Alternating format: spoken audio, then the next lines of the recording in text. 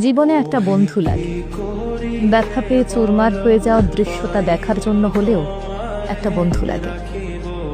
ভালোবাসার মানুষের সাথে ঘটে যাওয়া প্রিয় মুহূর্তগুলো অকপটে জানানোর জন্য হলেও একটা বন্ধু লাগে।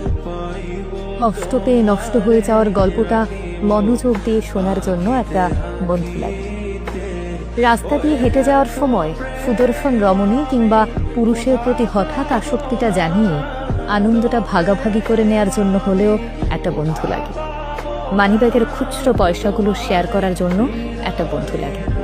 ক্রাশ খেয়ে ঝগড়া করা কিংবা দোস্ত তোর গেঞ্জিটা তো জোস, হাতের নতুন ঘড়িটা খুলে নিয়ে আর না দেওয়া, চোখের চশমাটা মেরে দিয়ে হাওয়া করে দেওয়ার জন্য হলেও একটা বন্ধু লাগে।